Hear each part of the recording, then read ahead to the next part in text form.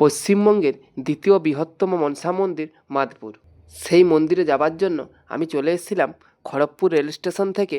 ট্রেনে চড়ে চলে গেলাম Madpur rail station. Madpur rail station থেকে টোটোয় চলে গেলাম মন্দিরে। আজ বৃহস্পতিবার, কিন্তু মায়ের ভক্তরা অনেকে এসছেন। আমি মন্দিরে পৌঁছে প্রথমে মায়ের পুজোটা সেরে নিলাম। আমি এইমাত্র পুজো দিলাম। আজ বৃহস্পতিবার, তাও মন্দিরে প্রচুর মানুষ এসছেন পুজো দিতে।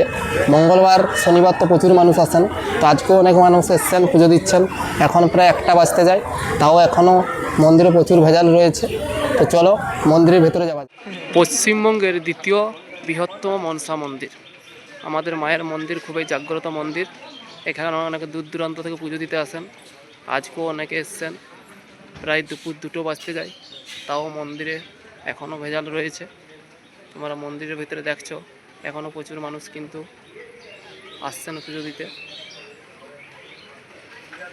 মায়ের খুবই জাগ্রত আমাদের মায়ের মন্দির। মায়ের মন্দিরে নতুন প্রায় 18 কুইন্টাল পিতলের বেদি করা হয়েছে। এই সেই 18 কুইন্টাল পিতলের বেদি। এই মন্দিরে নেই কোনো পুরোহিত, ভক্তরা নিজেদের পুজো নিজেরাই দেন।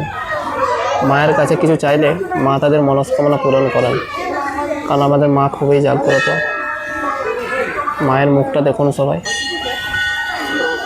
এখনও কিন্তু পুজো চলছে, অনেকে পুজো দিচ্ছেন।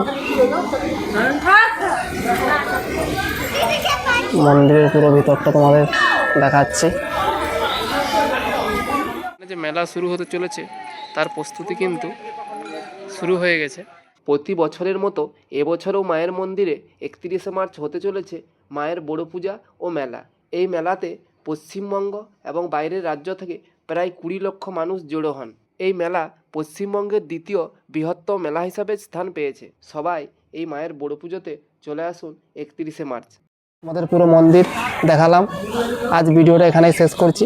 দেখা হচ্ছে নতুন একটা ভিডিওতে।